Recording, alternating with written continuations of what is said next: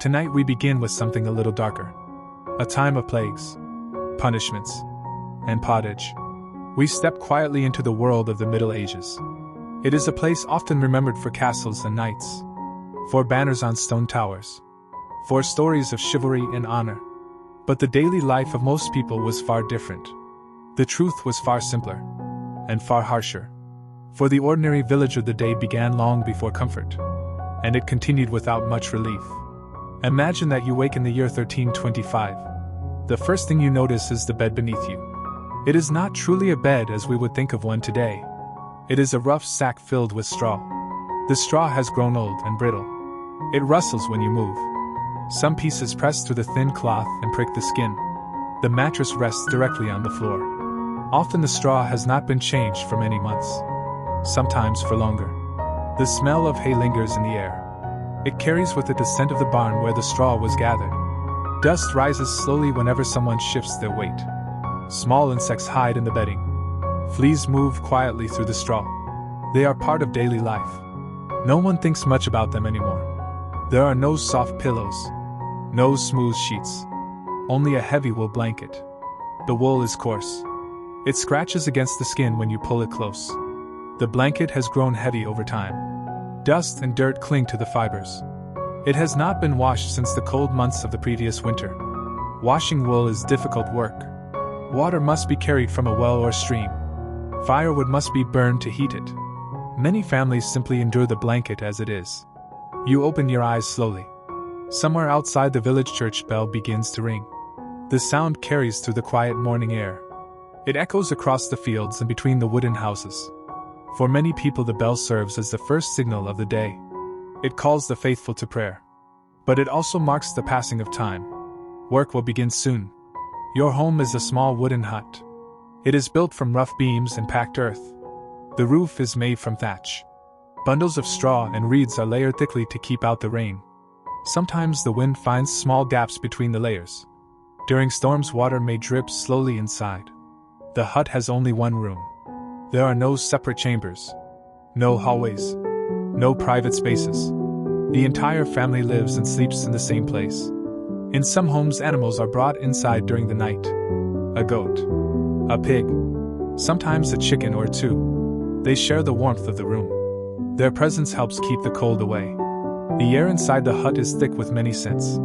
Smoke from last night's cooking fire still hangs faintly beneath the roof. The smell of wool blankets lingers in the corners. There is the scent of animals, the scent of damp wood, and the quiet earthy smell of packed soil that forms the floor. You sit up slowly. The cold air touches your skin at once. Morning in early spring can still carry a deep chill. Your joints feel stiff. The body is not yet ready for the work that will soon come. You are 22 years old. In this time, that is no longer considered very young. Many people have already spent years working in fields or workshops by this age. The body learns labor early. Shoulders grow strong but tired. Hands become rough. Knees and back carry the weight of long days. You stretch carefully. The hut begins to stir around you. Other members of the household are waking as well. A brother shifts in the straw bed nearby. Someone coughs softly in the dim light. A small child murmurs and turns beneath a blanket. There are no windows in many homes like this one. Light enters slowly through the open doorway or through thin gaps in the wooden walls. Morning arrives quietly. First a faint gray glow. Then a little more light as the sun rises beyond the fields. You place your feet on the ground.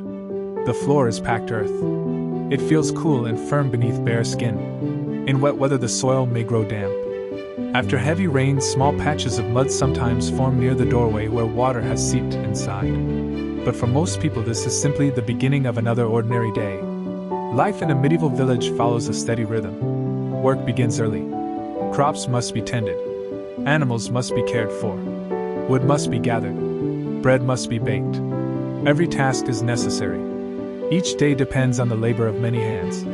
You stand and move slowly through the small room. There is little furniture. A simple table. A few stools. Perhaps a wooden chest for storing clothing or tools. Near the center of the room lies the hearth. A shallow pit where last night's fire once burned. Gray ash rests quietly among the blackened stones. Someone will soon bring fresh wood. The fire will be lit again. Water will be warmed. Porridge will be prepared in an iron pot that hangs above the flames. Meals in most homes are simple: grain, vegetables from the garden, sometimes a little cheese or bread. Meat is less common. It appears mostly during festivals or special days.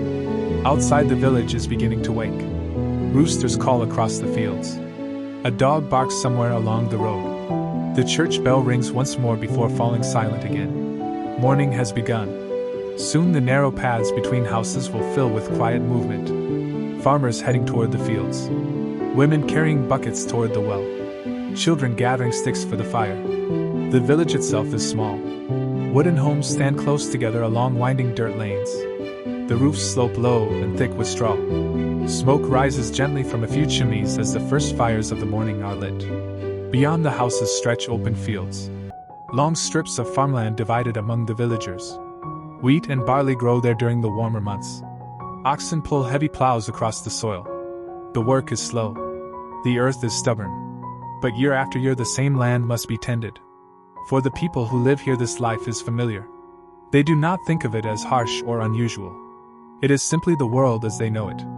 The rhythm of bells. The turning of seasons. The quiet labor of ordinary days. And so the morning continues. Slowly. Calmly. As it has for generations. Toilet paper is unknown. Most people wipe with straw, leaves, rags, moss. If someone is fortunate, they may use a scrap of wool. Often there is nothing at all. Washing the hands is not always possible. Clean water is not easy to find. For this reason, close contact between strangers is often avoided. If you live in a castle, the arrangement is only slightly different. Some castles have what is called a garderobe. It is a narrow stone chamber built into the wall. Inside there is a simple seat with a hole beneath it. Whatever falls through the opening drops down the outer wall and into the moat or the ground below. It is a practical design, but it is not without its dangers. In times of siege, enemies sometimes search for hidden ways inside the fortress. There are stories of attackers climbing through the waste shaft itself. It was unpleasant work, but desperate men would attempt almost anything. So whether a person is a farmer in a village or a noble in a stone hall, the act of relieving oneself is rarely comfortable. It is cold during winter mornings. It is public in crowded towns. And it is never entirely clean. Stone paths can become slippery after rain. Buckets may spill. One careless step can place a person very close to what others have left behind. And still the morning continues. The next task is washing the face and mouth. There are no toothbrushes as we know them today. No tubes of mint paste waiting beside a basin. Some people rinse their mouths with water if it is available. Others rub their teeth with a small twig or a rough cloth. Occasionally a mixture of ash and salt is used to scrub the teeth. It is a simple practice. Not always comfortable. But it is the best most people can manage. After this, the household turns its attention to food. Breakfast is not a grand meal. It is usually quiet and simple. The family gathers near the hearth where the fire has been lit again. A pot hangs above the flames. Inside it cooks the most common dish of the medieval table: pottage. Pottage is a thick stew. It is made from whatever ingredients the household has at the moment. Barley or oats are often the base. To this are added root vegetables such as onions or turnips. Sometimes peas or beans are stirred into the mixture. The pot remains on the fire for many hours, often for many days. New ingredients are simply added as they become available. The result is a stew that changes slowly over time. No two bowls are exactly the same. Some days it is thicker, some days thinner. But it provides warmth and nourishment. That is what matters most. Each person receives a wooden bowl. A spoon may be shared among the household. Bread is placed beside the stew. It is dark and dense, made from rye or barley flour rather than the fine white wheat that wealthier families enjoy. The loaf is firm, sometimes very hard after several days. People break it apart slowly. Often the bread itself becomes a kind of spoon. Pieces are dipped into the stew to soak up the broth. Water is not always the safest drink. Streams near towns may carry waste from houses or animals. Because of this, many people drink ale instead. The ale is weak. It contains little alcohol. But the brewing process makes it safer than raw water. Even children drink it in small amounts. Meals like this are common. Meat appears only on special occasions. perhaps during a festival, perhaps on a feast day declared by the church. Cheese and eggs appear from time to time when animals produce them. Fresh fruit is eaten only during its short season. Spices are rare for ordinary people. Pepper and other imported seasonings travel great distances from distant lands. Their price is high. Only wealthy households use them often. Most villagers flavor their food with herbs grown in small garden patches beside their homes. Breakfast ends quietly. There is little time to linger. Work must begin soon. After the meal, people prepare for the day. Clothing in the medieval world is simple. Most villagers own only one set of garments. A tunic made from wool or linen. Beneath it, perhaps a lighter undergarment if the family can afford the extra cloth. The fabric is thick and durable. It must survive many months of wear. The same clothing is worn day after day. Wool keeps warmth during cold weather, but it can also feel rough against the skin. Linen is lighter but less common among poorer households. Colors are usually plain. Browns, grays, soft natural shades that come from the undyed wool itself. Washing clothing is difficult work. Water must be carried from wells or streams. Fires must be built to heat it. Ash or lye is used to scrub the cloth clean. Afterward, the garments are hung outside to dry beneath the sun. During long stretches of cloudy weather, this process may take many days. Because of this, most people wash their clothes only occasionally. The tunic becomes stiff with use. Dust from the field settles into the fibers. Smoke from the hearth clings to the cloth. Yet the garment continues to serve its purpose. It protects the body during long hours of labor. Once dressed, the villagers prepare to step outside. The morning air moves across the fields. Smoke rises from the chimneys of nearby homes. The narrow roads begin to fill with quiet movement as people walk toward their tasks. The day has truly begun. Shoes are not always part of daily life. If a person owns a pair, they are made from simple leather. The leather is often untreated and stiff. The soles are thin. They are stitched together by hand. Such shoes offer little protection from the ground beneath. Stones can still be felt through the leather. Water seeps through during rain. The shoes wear down quickly and must often be repaired. Many peasants do not wear shoes at all. They walk barefoot along the village paths. Through mud. Through damp grass. Through soil scattered with stones and animal droppings. The ground changes with the weather. After rain, the earth becomes thick and heavy beneath the feet. In dry seasons, it grows hard and cracked. Living in such conditions affects the body. The skin is rarely free from irritation. Fleas live in bedding and clothing. Lice hide within hair and seams of cloth. Bedbugs settle in wooden walls and straw mattresses. These small insects are a constant part of life for nearly everyone. Rich or poor. Monks in quiet monasteries. Farmers in open fields. Children in crowded homes. People grow used to scratching. An arm moves without thought to brush away an itch. Fingers run through hair in search of tiny bites. No one sees it as unusual. It is simply another part of daily living. Without modern medicine, small problems linger. A rash may remain for many weeks. The skin becomes dry from rough clothing and cold weather. There are no trained specialists to examine such troubles. People rely on simple remedies passed from one generation to the next. Herbs, oils, warm cloths. Sometimes these bring relief. Sometimes they do not. Once dressed, the villagers step outside. The morning light has grown stronger now. Smoke rises steadily from chimneys. The narrow paths between homes carry the quiet sound of footsteps. Before work truly begins, many people rinse their mouths or rub their teeth with small twigs. The idea of dental care exists in a very simple form. A twig from certain trees can be chewed until one end spreads into soft fibers. These fibers are then rubbed against the teeth. Still, the teeth often suffer. Food contains small grains of sand from grinding stones. Bread is hard and requires constant chewing.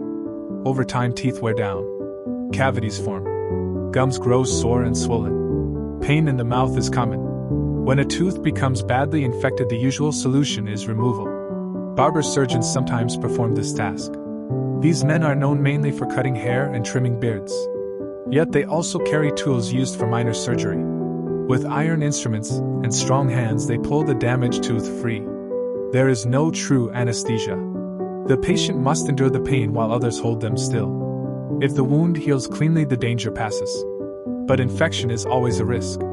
Without medicines that fight disease, the body must rely on its own strength. Even so, life continues. People speak and laugh. They share food and stories beside the fire.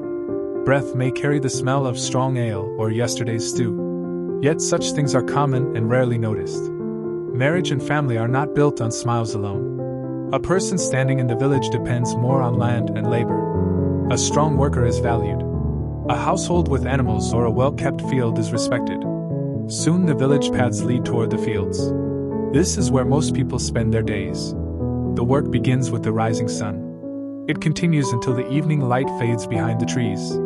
Nearly 9 out of 10 people in medieval Europe lived by farming the land. The fields belong to a lord who governs the region. The villagers cultivate the soil and harvest the crops. Tools are simple.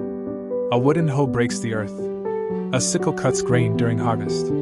Some farmers guide oxen that pull heavy plows through the soil. These animals are strong and patient. Yet not every family can afford them. The work is slow and demanding. Hands grow callous from gripping tools. Backs bend for long hours beneath the open sky. The seasons decide the rhythm of labor.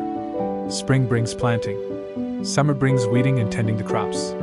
Autumn brings harvest. Winter allows a brief rest before the cycle begins again. There are few days away from work. Most weeks continue from sunrise to sunset.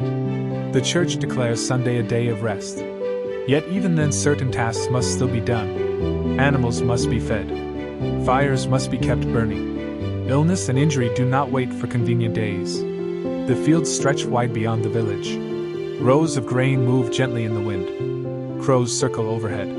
Oxen pull their weight across the dark soil. And the people of the village walk slowly among the crops, working together, as they have done for generations. The work of the fields continues hour after hour. Ditches must be dug along the edges of the land. Seeds must be placed carefully into the soil. Weeds grow quickly and must be pulled away before they choke the crops. Buckets of water are carried across the rows when the earth becomes too dry. The labor bends the body over time. Many workers spend long hours leaning toward the ground. Backs grow curved from years of effort. Hands become thick with calluses.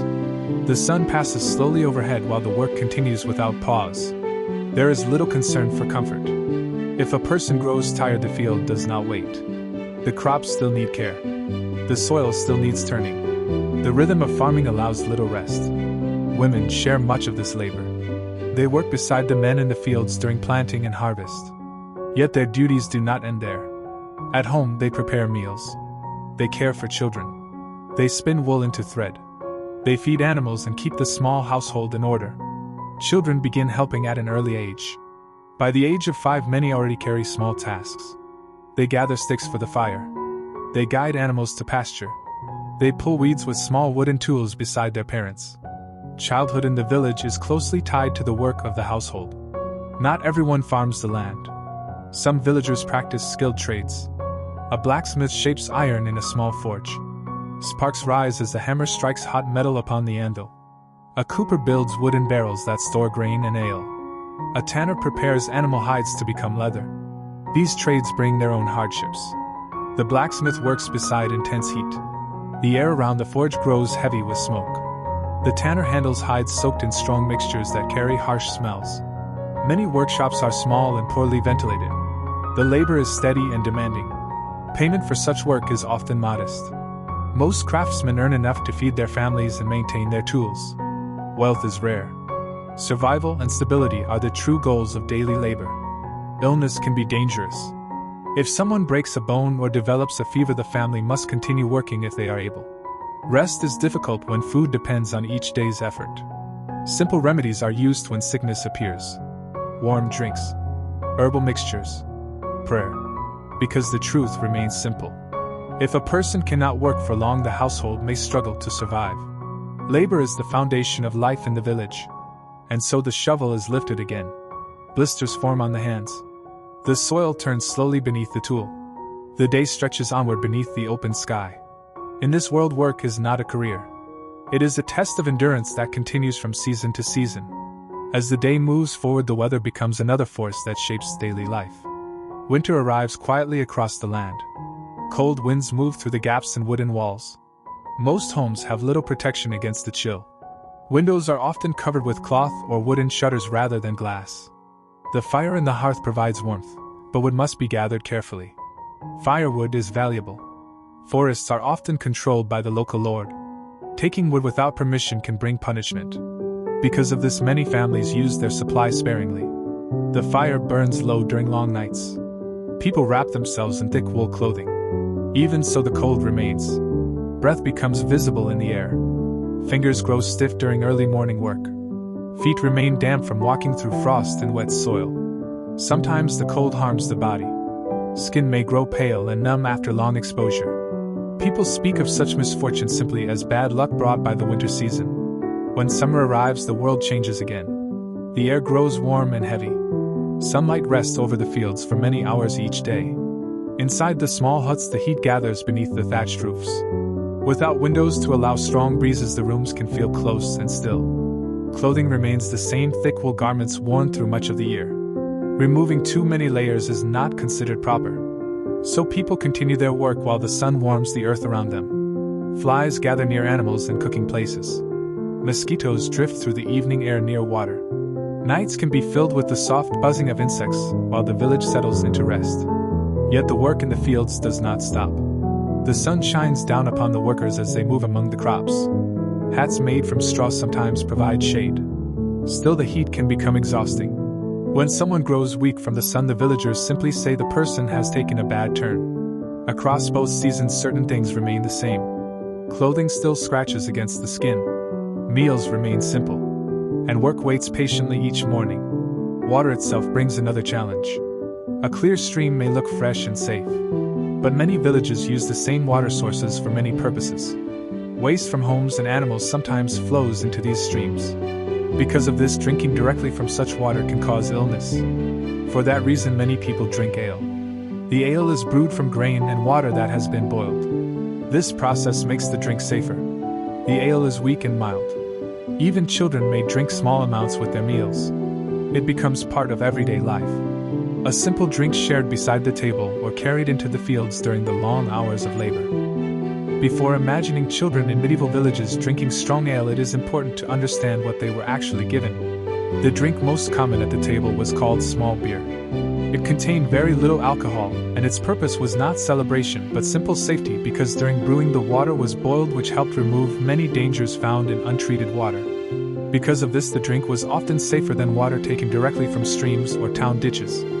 Wine was also known in many parts of Europe, but it was usually more expensive and less common among poorer households, and wealthier families might serve wine at meals or during gatherings, while most villagers relied on small beer as the ordinary drink of daily life. Bathing was another matter entirely.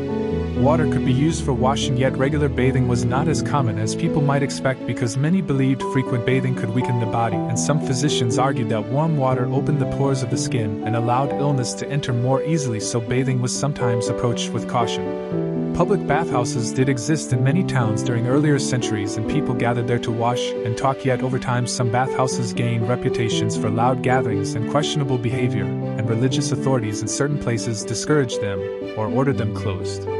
Bathing at home was possible, but it required effort because water had to be drawn from a well or stream, then heated over a fire and poured slowly into a wooden tub, which often leaked, and this process took time and precious firewood, so many families did it rarely. Rainwater was sometimes collected in open barrels where leaves, dust, and insects gathered, yet the water could still be used for washing clothes or cleaning tools. Because of all this, water in the medieval world could be uncertain, and while it supported life when used carefully, it could also bring illness when the source was unclean, and a single swallow from polluted water might bring fever or stomach pain, leaving a person lying weak in a straw bed while the household hoped the sickness would pass. When illness appeared, many people turned to the ideas of medieval medicine, where scholars believed the human body was governed by four humors: blood, phlegm, yellow bile, and black bile, and health depended on keeping these substances balanced within the body. If someone developed a fever or swelling, physicians might believe there was too much blood present, and the treatment could be bloodletting, where a small blade opened a vein so blood flowed into a bowl, or leeches were placed on the skin to draw it slowly away, and barber surgeons often performed these tasks since they were responsible not only for cutting hair, but also for simple medical work such as pulling teeth or opening veins.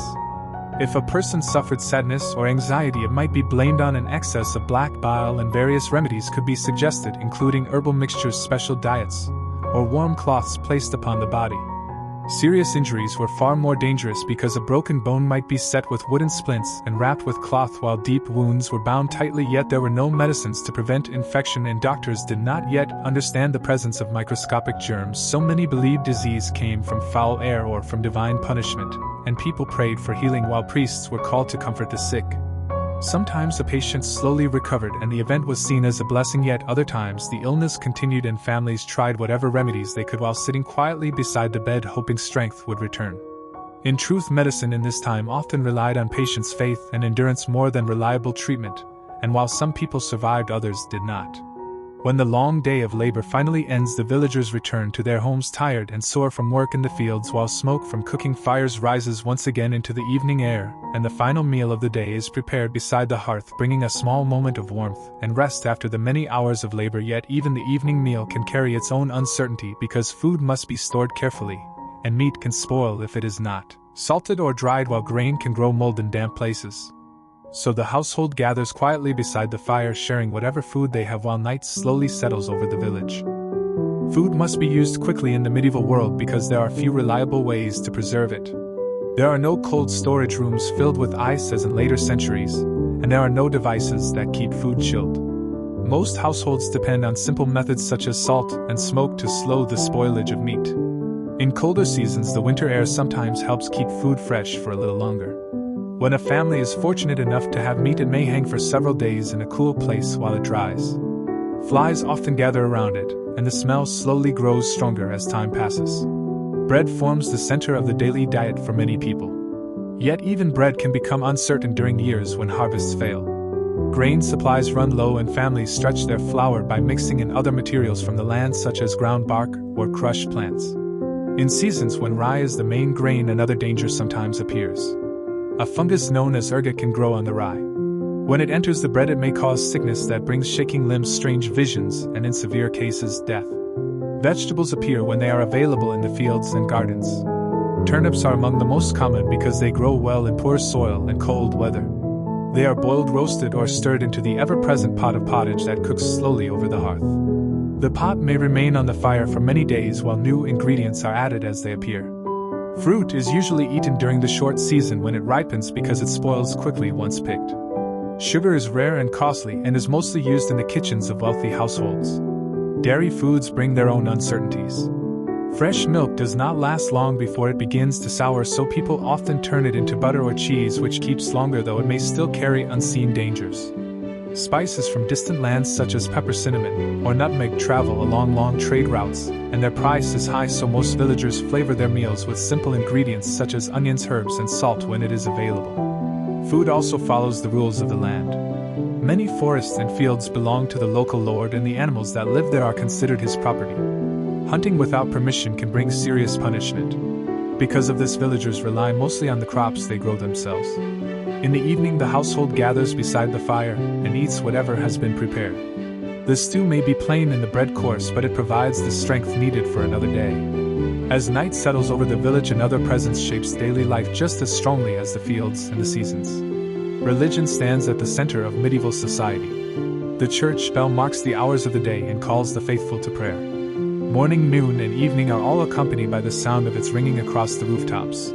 The teachings of the church guide many parts of life, including birth, marriage, work, and burial. Priests speak to the people about heaven and about the punishments of hell, which are described in vivid detail to remind listeners of the importance of faith.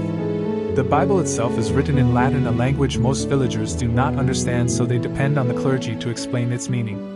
The church also receives tithes, which are a portion of what each household produces. Grain, eggs, animals, or other goods are offered as part of this duty. Throughout the year, many holy days appear on the calendar. These days provide a pause from labor, yet they are devoted mainly to worship, prayer, and reflection. People gather inside the stone church to hear the words of the priest and to ask for guidance and forgiveness.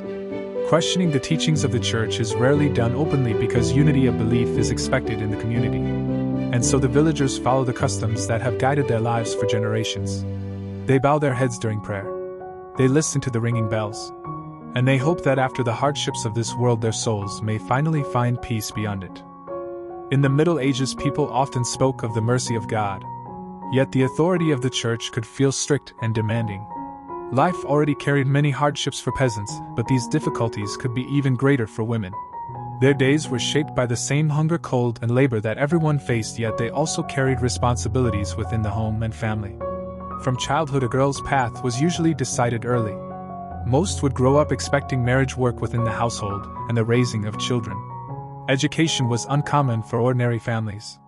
Some girls from noble households entered convents where they learned reading, prayer, and religious study, but for most village girls, knowledge came through practical skills. They learned how to prepare food, spin wool, mend clothing, and care for animals. Marriage often happened at a young age because families arranged unions that strengthened land holdings or alliances between households. Personal choice was rarely the deciding factor. After marriage, a woman's duties expanded. She helped maintain the home, prepared meals, tended animals, and often worked beside her husband in the fields. Life demanded strength and patience because the work of the household never fully ended. Childbirth was one of the most dangerous moments in a woman's life. There were no modern medicines or sterile instruments. Midwives relied on experience and simple tools while offering comfort and guidance during the birth. Many mothers survived and raised large families, yet some did not survive the difficulties of pregnancy and labor. For those who did, the responsibilities quickly returned. A mother cared for infants while continuing her work with food preparation, cleaning, and farm tasks. Rest was rare because every member of the household depended on her efforts. Women who lived outside the expected roles sometimes faced suspicion. A widow without protection could struggle to support herself. A woman who spoke boldly or practiced herbal healing might attract attention or mistrust in uncertain times. Within religious life, nuns lived in communities devoted to prayer and discipline under strict rules that guided their daily routines. Their lives were dedicated to service, study, and devotion, though their authority remained limited within the wider church. For many women, endurance was the quiet expectation of daily life. They carried their burdens with patience while the world around them demanded constant work and obedience. Beyond the household, another force shaped medieval society, and that force was violence. The Middle Ages were not always peaceful, and order often depended on the strength and character of the local lord who ruled the region. Conflicts between individuals or families could become heated. Disputes over land, property, or honor sometimes led to fights in streets or fields. Punishments for crimes could be severe. Laws were meant to discourage theft, lying, or disorder, but the methods used to enforce them were often harsh. People accused of serious crimes might face trials designed to prove innocence through ordeal. One method required placing a hand into hot water to retrieve an object, while another involved being lowered into a river. Observers believed that divine judgment would reveal the truth through the outcome. If the wound healed cleanly, the person was considered innocent, but if the injury worsened, guilt was assumed. These trials reflected the belief that God would guide justice even in uncertain circumstances. When criminals were sentenced, punishment could take place in public squares where many gathered to witness the event. Executions served not only as punishment but also as warnings meant to discourage others from committing similar acts. Violence could also exist within the home, where authority was often placed firmly in the hands of the husband. Fights between individuals sometimes broke out in crowded towns, especially where tempers were short and daily life was difficult. Beyond the village, larger conflicts continued across kingdoms and territories. Feuds between lords, struggles for land, and religious wars shaped the broader world of medieval Europe. Armies marched across fields that villagers had once plowed. Castles prepared for defense, and towns feared raids or passing soldiers. In such a world, people learned to live with uncertainty. Hardship, labor, faith, and danger were woven together into the rhythm of everyday life, and each day ended much the same way it began, with the hope that tomorrow would bring the strength to endure once more. Across medieval Europe, violence was never far away. Conflicts between families, neighbors, and local lords could appear suddenly. People spoke often of honor, faith, and loyalty, yet disputes over land, animals, or pride could easily turn into fights. Armies marched across the countryside during feuds between rulers or during religious wars. Soldiers gathered beneath banners and traveled long distances to confront rivals whose lands lay beyond the horizon. For ordinary villagers, these struggles were a distant thunder that sometimes moved closer without warning. Life was fragile, and justice did not always appear fair or predictable. Many people learned to walk carefully through the world, keeping their heads lowered and avoiding quarrels whenever possible. After years spent enduring such hardships, most lives eventually reached an early and quiet end. To live beyond the age of 40 was often considered remarkable. In many villages, a person who reached that age might be spoken of with respect as someone who had witnessed many seasons. The average length of life often appeared shorter because many children did not survive their early years. Illness, hunger, and harsh winters took a heavy toll on the youngest members of society. Families expected sorrow as well as joy when new children were born. Those who survived childhood entered adulthood already familiar with labor. Work began early in life and continued year after year. By the middle years of adulthood, the body often carried signs of long effort. Hands were rough from tools and weather. Teeth might already be worn or missing. The strength of youth slowly faded beneath the weight of daily work.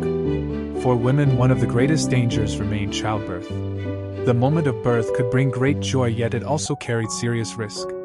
Without modern medicine, even small complications could threaten both mother and child. Midwives and family members offered comfort and experience, but they could not always prevent tragedy. Men faced dangers of their own. Injuries in the fields were common when heavy tools or animals were involved. A small cut might become infected. Travel on the road could bring encounters with thieves or soldiers. Some men were drawn into wars or distant campaigns where survival depended on chance as much as skill. At times, disease moved through towns and cities with frightening speed. Epidemics could empty entire streets within weeks. Famine also visited certain regions when harvests failed or weather turned against the crops. During such times, whole villages struggled to endure until the next season. When death arrived, burial often followed quickly. Bodies were placed in simple graves within churchyards when space allowed. A few prayers were spoken and the earth was returned to its place. Life continued for those who remained. In truth, the medieval world was rarely gentle. Yet it was also the world people knew and accepted. They worked beneath open skies and prayed beneath stone roofs. They raised families, shared food, and told stories beside the fire. Many later stories would paint the Middle Ages as an age of shining armor, noble knights, and grand halls filled with music. Such images exist, but they reveal only a small part of the reality. Most lives were lived far from castles and tournaments.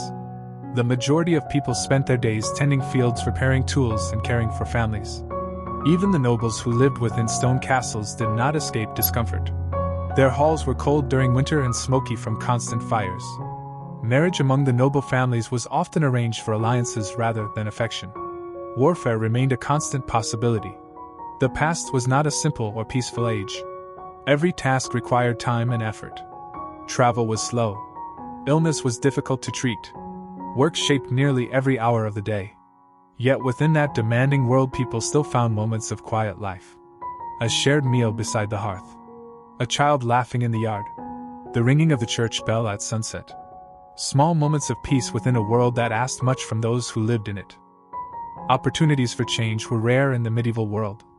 Most people lived their entire lives close to the place where they were born. A village might lie only a few miles from another town, yet many never traveled even that far. Knowledge moved slowly, and answers to illness or strange symptoms could not be searched or studied easily. A person worked the same soil that their parents had worked, and often remained within the same small circle of land for a lifetime. Yet even within these limits, people still found ways to live fully. They laughed beside the fire at night. They sang old songs passed down through generations. Stories were told during long winter evenings, and friendships and love grew within the small communities where everyone knew one another. Life was difficult, but people endured with a stubborn resilience. They searched for meaning even when circumstances were harsh and uncertain. When the day finally ended and the quiet of night arrived, many people rested with the hope that the next morning would bring strength to begin again. In the centuries that followed, the world slowly changed. New knowledge appeared. Medicine improved. Homes became warmer and safer. Clean water and better food became easier to find. The struggles of earlier generations helped build the foundations for these changes. Long before she was known as Catherine the Great, the powerful Empress of Russia, she was simply a young girl named Sophie. She was born in 1729 with the name Sophie Frederica Augusta of Anhalt-Zerbst. Her family belonged to a small German princely house whose lands in Pomerania were modest in power and influence. The duchy offered little wealth or authority, yet Sophie possessed qualities that no title alone could grant. She had sharp intelligence, strong curiosity, and a quiet determination that would shape her future. Her childhood was disciplined rather than comfortable. Her mother Johanna was ambitious and deeply concerned with social status. She watched carefully for opportunities that might raise the family's position among the noble houses of Europe. Sophie's father served as a Prussian officer and spent much of his time away from home. The result was an upbringing where affection was rare and expectations were high. From an early age, Sophie learned how to observe the world around her with careful attention. She read constantly, studied languages, and practiced the art of speaking thoughtfully within formal company. These habits would later help her survive the complex politics of royal courts. In the Russian Empire, Empress Elizabeth Petrovna faced an important task. She needed to find a suitable wife for her heir, Grand Duke Peter. The search extended beyond Russia's borders because Peter himself came from a German noble line. Elizabeth believed that a young foreign bride might be easier to guide within the Russian court. Sophie appeared to be a promising choice. She possessed noble birth, a reputation for modest behavior, and a Lutheran background that could be changed if necessary. When Sophie was only 14 years old, she was invited to travel to Russia. In 1744, she arrived in the imperial capital of St. Petersburg. The journey carried her far from the familiar lands of Germany into a vast empire with unfamiliar customs and traditions. The climate was colder, and the court far more elaborate than anything she had known before. Her mother encouraged her, carefully guiding each step of the introduction to Russian society. Yet Sophie quietly formed ambitions of her own. To become accepted within the empire, she agreed to convert from Lutheranism to the Russian Orthodox faith. During a public ceremony, she received a new name, Ekaterina Alexeyevna, which in Western languages became Catherine. The change represented more than religion. It marked her entry into a completely different world where her future would be decided. She had left behind her childhood homeland and stepped into the center of a powerful empire. Soon afterward, Catherine married Grand Duke Peter, the heir to the Russian throne. The marriage was intended to secure stability within the royal family. Yet, from the beginning, the relationship proved difficult. Peter was awkward and often immature. He spent much of his time playing with toy soldiers and staging imaginary battles in his private rooms. Governing an empire interested him far less than military games. Some observers later suggested that the marriage remained unfulfilled for several years. While Peter admired the Prussian King Frederick the Great and often spoke longingly of foreign lands, Catherine chose a different path. She devoted herself to learning about Russia. She studied the language, practiced the customs of the Orthodox Church, and read about the nation's history. She wished to become truly Russian in the eyes of the court and the people. Life inside the imperial palace was far from peaceful. The court of Empress Elizabeth was filled with rivalry, whispers, and constant political maneuvering. Every noble family watched the others carefully, hoping to gain influence when the next change of power arrived. Elizabeth still ruled with firm authority, but her health was slowly declining. Everyone understood that the future succession would soon become a question of great importance. Catherine lived under close observation. Letters could be read before they reached their destination. Friendships were sometimes viewed with suspicion. Servants reported conversations and movements throughout the palace. Every gesture could be interpreted as loyalty or ambition. In this atmosphere, the young woman who had once been Sophie learned to move with caution and patience. She listened carefully to those around her and studied the shifting alliances within the court. Though she appeared quiet and respectful, she watched the political world unfolding around her. The court believed it had gained a compliant foreign princess. Yet Catherine was already beginning to understand the path that might lead her beyond the role that had been chosen for her. Catherine soon realized that trust inside the Russian court was fragile. She could not rely fully on her husband. She could not depend on her mother, who still carried the interests of foreign powers. Even the servants who moved quietly through palace halls might carry stories from one chamber to another. In such a place, alliances shifted quickly. A friend today might become an accuser tomorrow. Yet Catherine understood the nature of the court and adapted to it. She learned to move carefully among the powerful families who surrounded the throne. She spoke with courtesy and patience while quietly forming connections with those who might one day support her. Military officers began to respect her calm behavior. Scholars and thinkers found her curious and thoughtful. Compared with her husband's impatient temper and his frequent criticism of Russian traditions, Catherine appeared steady and dignified.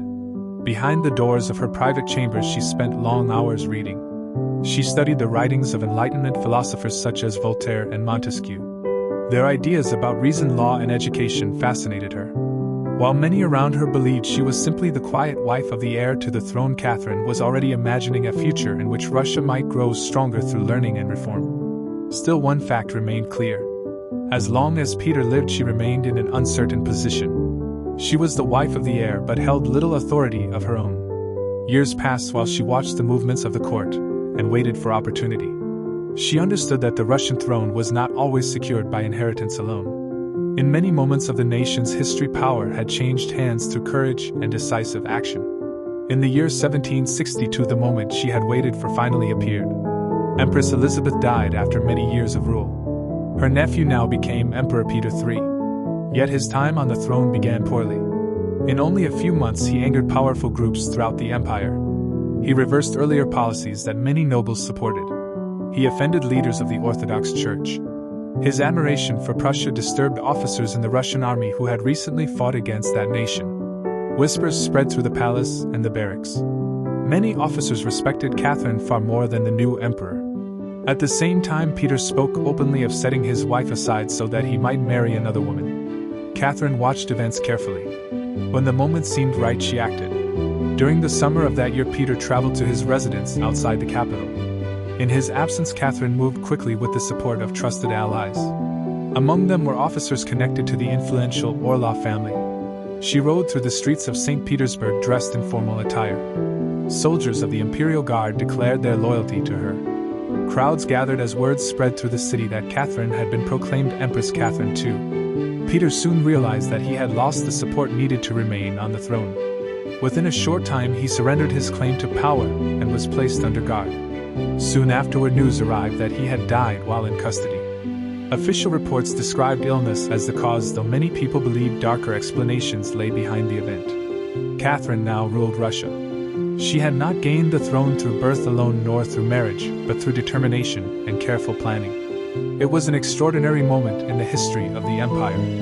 A woman born far from Russia had become its sovereign without a large battle or civil war. Yet gaining power was only the beginning. Catherine knew that authority taken through bold action could vanish just as quickly if it was not supported by strong rule. She needed the respect of the nobility, the loyalty of the army, and the acceptance of the Russian people. Gradually, she began shaping the image of a ruler who looked beyond intrigue toward lasting change. She hoped to guide Russia toward greater strength and learning. Her interest in Enlightenment thought remained strong even after she became empress.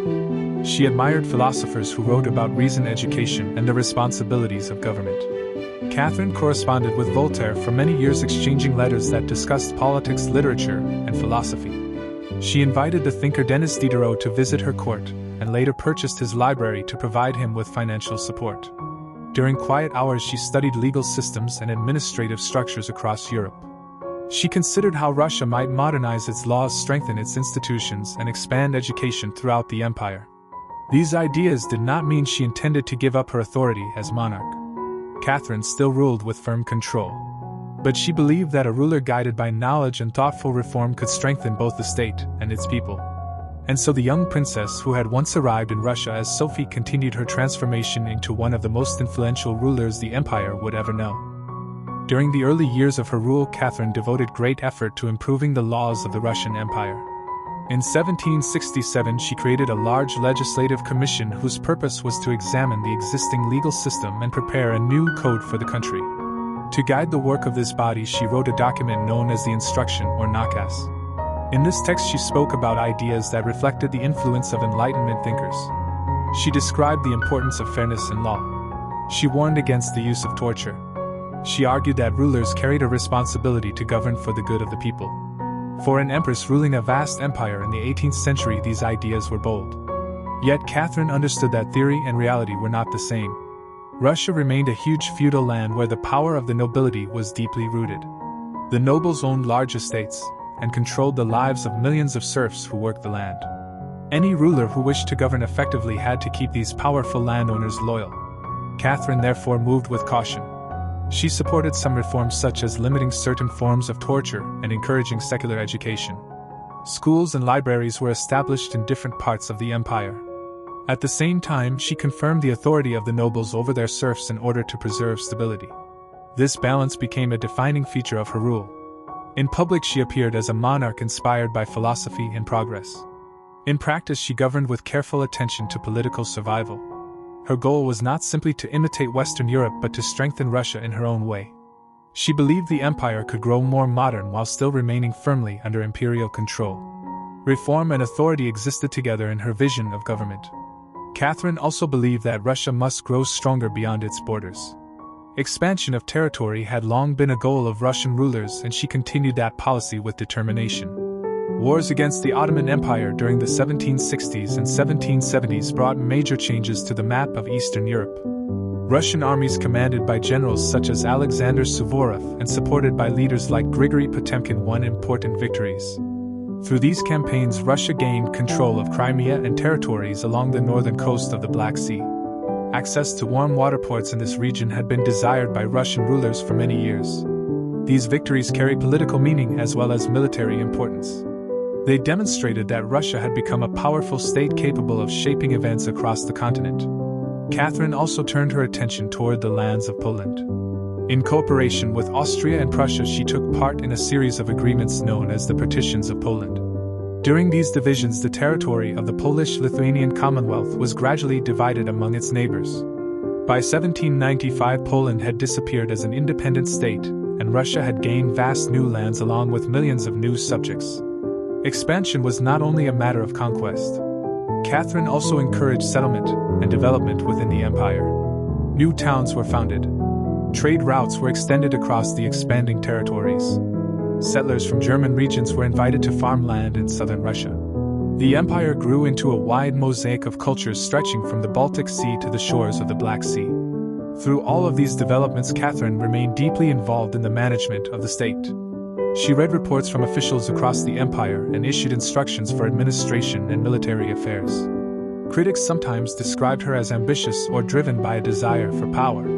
Catherine herself believed that a great ruler must strengthen both the ideas and the borders of the nation. Her aim was to make Russia respected and feared in equal measure. Alongside these political achievements, her private life also attracted much attention. Catherine formed close relationships with several companions during her reign. Some of these men were younger, and some later gained positions of influence within the court. Their presence in her life became a frequent subject of conversation among observers of the Russian court. The personal world of the empress therefore became almost as widely discussed as her political accomplishments.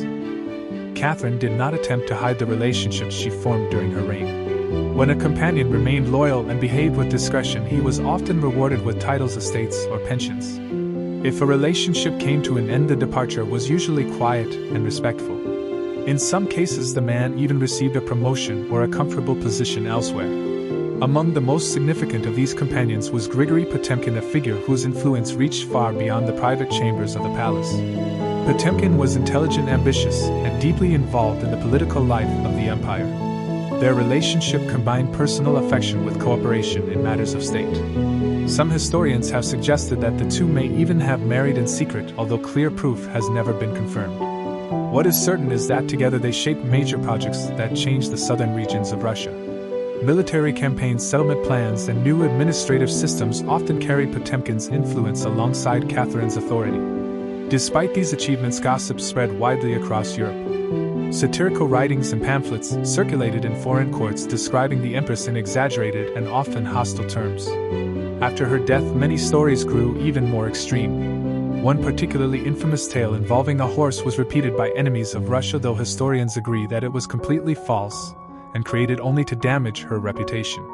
Much of this fascination came from the fact that Catherine ruled with confidence and independence. In an age when powerful women were expected to appear either modest and distant or tragic and restrained, she refused to follow those expectations. She governed openly and maintained personal relationships without apology.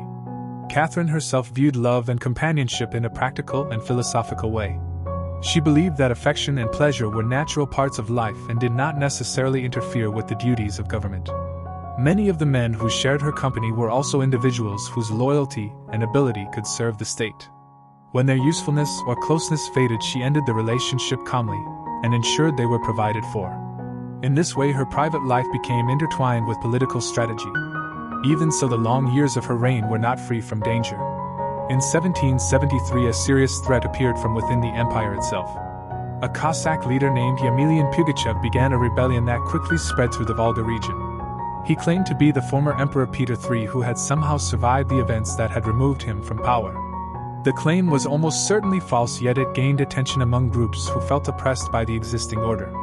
Many peasants, Cossacks, and religious communities listened to his promises of lower taxes, freedom from serfdom, and land for the common people. The rebellion grew rapidly. Fortresses were attacked and several towns fell under the control of Pugachev's followers. Nobles and officials were sometimes killed as the uprising expanded.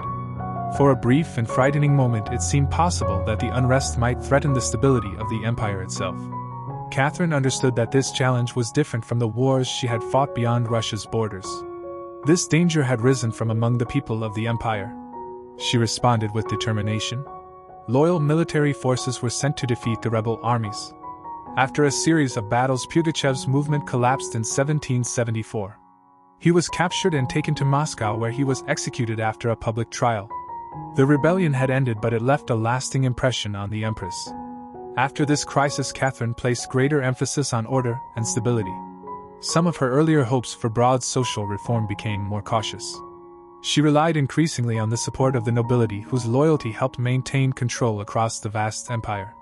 The uprising had revealed how deep the tensions within Russian society could become when hardship and inequality grew too great. Even with these challenges, Catherine continued to rule for many years. By the later period of her life, she had governed Russia for more than 3 decades.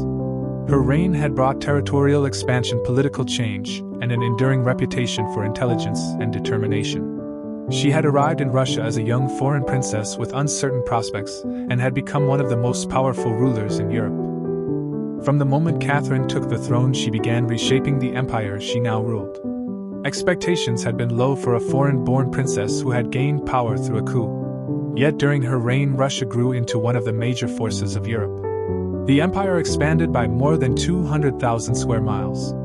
Territories such as Crimea, parts of Poland, and wide stretches of land along the Black Sea came under Russian control. These victories were not only matters of pride or conquest. They opened access to warm water ports and strengthened trade routes that connected Russia more closely to the wider world. Catherine's influence was also felt in culture and learning. She collected paintings, sculptures, and books from across Europe and helped establish what would become the Hermitage Museum. The imperial court began to attract artists, writers, and thinkers who found in St. Petersburg a center of intellectual life. She maintained correspondence with philosophers of the Enlightenment and encouraged the spread of ideas about reason and education. In a country that many Western Europeans had once dismissed as distant and uncultured, Catherine worked to place Russia within the broader cultural world of Europe. Education received particular attention during her rule. New schools were founded and efforts were made to expand learning beyond the traditional religious institutions. Programs for the education of girls were encouraged and books were printed and distributed more widely. She also supported the introduction of smallpox inoculation in Russia and even agreed to receive the procedure herself in public to demonstrate confidence in the new medical practice. At the time, this decision required courage because many people feared the unfamiliar treatment. Yet Catherine's reign contained contradictions. She admired the philosophy of the Enlightenment, but did not free the millions of serfs who remained tied to the land. In fact, the system of serfdom continued to spread in some regions of the empire. Her reforms often came from the top of society rather than from deep structural change. She sought to strengthen the empire and polish its institutions, but the foundations of the old order largely remained. Even with these limits, her rule brought stability and ambition to Russia. Catherine believed that power could not simply be inherited and held without effort. It had to be shaped carefully through policy, diplomacy, and strength. When she died in 1796, Russia was larger, wealthier, and more influential than it had been when she first seized power decades earlier. Her reign left a throne secure and an empire strengthened. Over time, the title by which she became known in history was simple but lasting: Catherine the Great. Behind the image of imperial authority, however, stood a woman who understood how uncertain her position had always been. She had not been born Russian. She had gained the crown through bold action rather than inheritance. Many in the empire believed a woman should never rule such a vast land. Yet she endured and governed for more than 30 years. Catherine lived a life devoted to work. Her daily routine was filled with reading reports, writing letters, and reviewing policies. She corresponded with foreign rulers, scholars, and administrators across the empire. Court life surrounded her with nobles, artists, and advisors, but she often wrote in her personal reflections that true trust was rare. Even among those closest to her, she remained cautious. Her relationship with her son Paul was difficult. She doubted his judgment and kept him distant from many matters of state. At the same time, the death of Grigory Potemkin in 1791 removed one of the few companions she had truly relied upon. Their partnership had shaped many of her greatest projects, and his loss left a deep sadness in her later years. Catherine carefully shaped the public image of her reign. portraits and ceremonies presented her as a strong ruler and protector of the empire. She encouraged the idea that she stood as a guiding figure for Russia while also supporting the arts and intellectual life. Yet beneath these roles she remained a person who had faced betrayal, suspicion, rebellion, and constant political pressure. When her life ended in 1796, the empire she left behind was changed, but not without unanswered questions. Some wondered whether she might have done more to reform the social order, especially the system of serfdom. Others remembered her as a ruler who balanced ideas of progress with the realities of power. History continues to debate her choices. But one fact remains clear. In a world where women rarely held authority over great states, Catherine claimed power and used it with determination. She did not simply inherit a crown. She defined what it meant to wear one. Far from the courts of Europe, in another part of the world, different stories waited beneath the earth. In the humid forests of southern Mexico, the ruins of the ancient Maya city of Palenque stood quietly among the trees. Stone temples rose above the jungle canopy, their carved surfaces worn by centuries of rain and wind. For generations, the ruins had whispered of a civilization that once flourished there. In the year 1994, one of those long-hidden stories began to reveal itself. In the humid forests of southern Mexico, the ancient city of Palenque rests beneath layers of jungle and time. Its temples rise above the canopy like silent guardians of a lost world. Stone stairways climb toward pyramids whose carvings still hold traces of a civilization that flourished more than 1,000 years ago. In 1994, a team of Mexican archaeologists led by Fanny Lopez Jimenez began examining Temple 13. It stood beside the more famous Temple of the Inscriptions, where the great Maya ruler Pacal the Great had been buried centuries earlier. Temple 13 was smaller and less celebrated, and at first it did not seem likely to contain anything extraordinary. While surveying the structure, the researchers noticed the sealed passage beneath the temple. The chamber had remained hidden and untouched. No looters had broken into it. No earlier excavations had disturbed its interior. When the archaeologists carefully opened the entrance and descended into the darkness, they found a stone sarcophagus resting in silence. The chamber had remained closed for more than 1,000 years. When the lid of the sarcophagus was lifted, a cloud of brilliant red dust rose into the air. The interior had been covered with powdered cinnabar, a bright red mineral made from mercury sulfide. Among the ancient Maya, this substance carried deep ceremonial meaning. Beneath the red powder lay the skeleton of a woman. Her bones were delicate yet largely intact. A jade mask rested over her skull, and around her body lay rich funerary offerings. Necklaces, diadems, ear ornaments, and other objects made of jade shell and finely carved materials surrounded her remains. Everything about the burial suggested royal status. The tomb contained some of the richest artifacts ever discovered in a female burial in Mesoamerica. Yet no inscription within the chamber recorded her name. No glyphs explained her identity. The archaeologists began referring to her as the Red Queen, a name inspired by the striking crimson color that filled the tomb. Scientific studies showed that the woman had lived during the 7th century, the same era when Palenque reached the height of its power. Unlike many Maya tombs, her chamber had remained carefully sealed and isolated. This suggested that the burial held deep ceremonial importance. Whoever she had been, the people who placed her there intended her resting place to remain hidden and undisturbed. One of the most striking elements of the tomb was the thick layer of cinnabar that covered everything within the chamber. The red powder coated the walls, the sarcophagus, the offerings, and the bones themselves. To the Maya, the color red carried powerful meaning. It symbolized blood, life, and renewal. It was associated with the rising sun and with the idea that death was not an end but a transformation. In Maya belief, the soul passed through different spiritual realms after death. Covering a body with cinnabar may have represented preparation for this journey. The brilliant color symbolized the life force and the sacred transition between worlds. In this way, the burial ritual was not only an act of mourning, but also an expression of spiritual passage. Cinnabar was also a substance of unusual power. Although the Maya did not understand its chemical nature, they recognized its strength and rarity. The mineral was bright, dangerous, and difficult to obtain. Its use in burial ceremonies signaled that the individual being honored held exceptional status. This detail became even more intriguing when archaeologists compared the tomb to another famous burial at Palenque. The great ruler Pacal the Great had also been covered in cinnabar within his own tomb nearby. The similarity raised an important question. Could the Red Queen have been closely connected to Pacal himself? Some scholars have suggested she may have been his wife, the noblewoman Tiziaquaja. Others have wondered whether she might have been a royal relative or another powerful figure within the court. Without inscriptions, the mystery remains unsolved. Additional details within the tomb revealed more about the ceremonial care given to the burial. The skull rested upon what appeared to be the remains of jaguar skin. The jaguar was an important symbol in Maya culture, representing strength, authority, and a connection to the spirit world. Nearby were bone needles, obsidian blades, and small jade figurines, objects that may have been used in rituals or placed as offerings for the afterlife. Every element within the chamber seemed to speak silently about power, status, and sacred belief. The tomb did not explain the identity of the woman who lay within it. Instead, it preserved a carefully arranged scene meant to accompany her beyond death. Around the sarcophagus, the chamber held more offerings.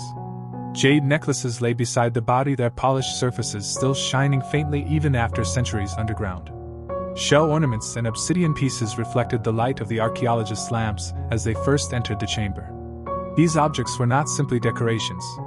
They were gifts placed beside the dead to accompany the soul into the Maya afterlife known as Xibalba. In the quiet darkness beneath the temple, the Red Queen had rested for more than 1,000 years, surrounded by symbols of power and transformation.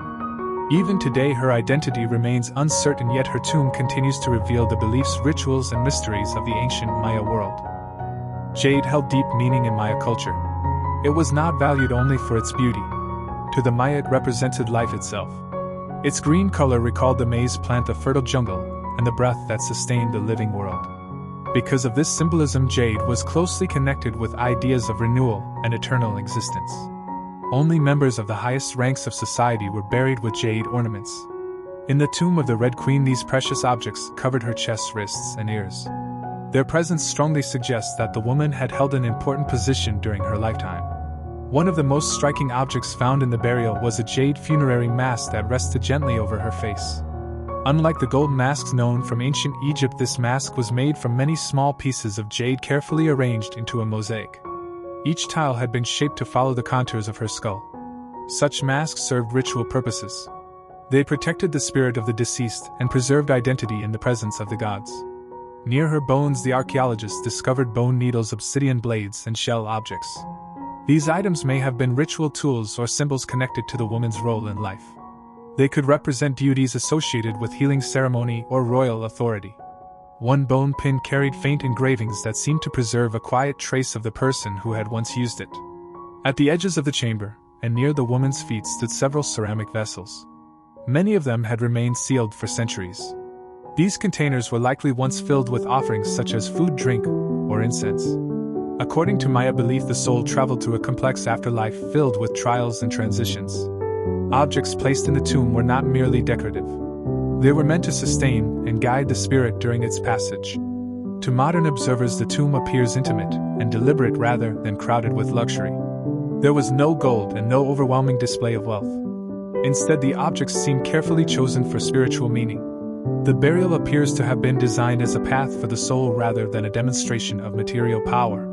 Despite the richness of the tomb, one element remains absent. Nowhere in the chamber was the woman's name recorded. No inscriptions on the walls or sarcophagus identified her. From the moment the tomb was discovered, scholars began searching for clues that might reveal her identity. One of the strongest theories suggests that the Red Queen may have been Tiziakbu-Adja, the wife of Kinich Janab Pakal, the ruler now known as Pakal the Great. Pakal was the most famous king of Palenque, and his own tomb lies within the nearby Temple of the Inscriptions. Historical records describe Tiziakbu-Adja as a noblewoman who married into the royal dynasty and bore several sons who later held important positions. If this interpretation is correct, the location of the tomb becomes especially meaningful. Temple 13 stands only a short distance from Pakal's own burial place. The closeness of the two tombs suggests a possible connection between the rulers even in death. Another detail strengthens the speculation. Both Pakal and the Red Queen were buried beneath thick layers of cinnabar. Such use of the sacred red powder appears rarely in Maya burials. Finding it in both tombs may indicate that the two individuals held comparable spiritual or royal status. Even so, the mystery has not been fully resolved. Scientists conducted DNA studies on the remains in hopes of discovering a clear family relationship between the Red Queen and Pakal. The results did not confirm a direct maternal link. However, this does not rule out the possibility that she was his wife rather than a blood relative. Some scholars have proposed other possibilities. The woman might have been Sak Kuk, the powerful mother of Pakal who ruled Palenque during his early years. Others suggest she may have been a high priestess or another royal figure whose identity was later forgotten. For now, the evidence most often points toward the possibility that the Red Queen was Tiziaktwe. If so, she would have been both queen and mother within the royal dynasty of Palenque. Yet the absence of a written name leaves the question open. The silence may even have been intentional. In Maya belief, the soul continued to exist through ritual memory rather than through permanent inscriptions alone. Symbols, colors, and ceremonies preserved identity as much as carved words. To understand the Red Queen more fully, it is important to consider the role of women in Maya society. Royal women often held significant influence within the political and spiritual life of their cities. They performed sacred rituals, sponsored temples, and helped maintain the legitimacy of royal dynasties. Marriage alliances strengthened political relationships between powerful families, and queens sometimes acted as advisors, diplomats, and ceremonial leaders. Through these roles, royal women helped shape the stability and continuity of Maya kingdoms. Within that world, the woman known today as the Red Queen may have stood as one of the central figures of Palenque's golden age. Though her name remains uncertain, her tomb continues to reveal the respect, power, and sacred meaning that surrounded her life and death. In Maya society, royal bloodlines carried enormous importance. Marriage and family ties were not simply personal matters. They were political tools that helped secure alliances and strengthen claims to power. A clear example of this influence can be seen in the life of Sak Kuk, the mother of the ruler known as Pakal the Great. When the throne of Palenque was left without a clear adult heir, she stepped forward and governed as queen regent until her son was old enough to rule. During this time, she issued orders and oversaw building projects within the city. Her leadership helped stabilize the kingdom and prepared the way for Pakal's later reign. Sak Kuk was not an isolated case. Across the Maya world, inscriptions and carvings reveal that royal women played significant roles in political and ceremonial life. In cities such as Yaxchilan, Naranjo, and Calakmul, women appear in monuments performing sacred rituals, participating in diplomatic events, and sometimes holding direct authority. They are shown in sculpture and murals wearing elaborate headdresses and ceremonial clothing. In many scenes, they stand beside kings as partners in power rather than silent observers. Over time, much of this history faded from common memory. When Spanish conquerors arrived centuries later, their writings often described Maya society through a different lens that emphasized male authority. Yet archaeological discoveries have gradually revealed a more complex picture. Women within royal families could hold influence through lineage, ritual, authority, and political alliances. Understanding this context helps illuminate the significance of the Red Queen's tomb. Even if she did not rule directly, her burial suggests she held an important position within the royal structure of Palenque. The jade mask placed over her face symbolized identity and sacred status. The presence of rich offerings and ceremonial materials suggests that she belonged to the heart of the ruling dynasty. Her lineage may have helped strengthen the legitimacy of the royal family. In Maya culture, queens and noble women were often guardians of sacred bloodlines. They participated in ceremonies that connected rulers with the divine world and reinforced the continuity of the dynasty. Through these roles, they helped maintain the spiritual and political order of their cities. The tomb of the Red Queen itself reflects this importance. Her remains were discovered inside Temple 13, one of the pyramids located within the central area of Palenque. Although the structure is smaller than the nearby Temple of the Inscriptions, its location is meaningful. The temple stands close to the Great Pyramid where Pakal the Great was buried. The placement of these monuments suggests a deliberate connection between the two burials. The structure of Temple 13 was carefully designed. A narrow staircase descends deep into the core of the pyramid, leading to the sealed burial chamber. Entering the tomb requires moving downward through darkness, which mirrors the symbolic journey into the Maya underworld. Inside the chamber, the walls are simple and undecorated. Unlike other royal tombs, there are no carved scenes or written inscriptions describing the woman buried there. The silence of the room may have been intentional.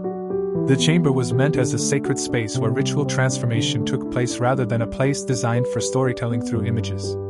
At the center of the chamber stands the limestone sarcophagus that held her remains. Its form resembles the stone coffin of Pakal in the neighboring temple, although it is more restrained in design.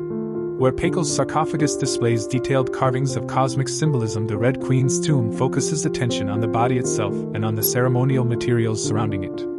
The tomb is aligned from east to west, a direction that mirrors the path of the sun across the sky.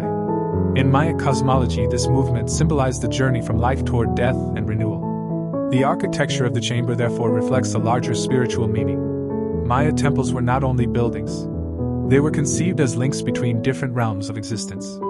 The structure connected the heavens above the earth where people lived and the underworld beneath.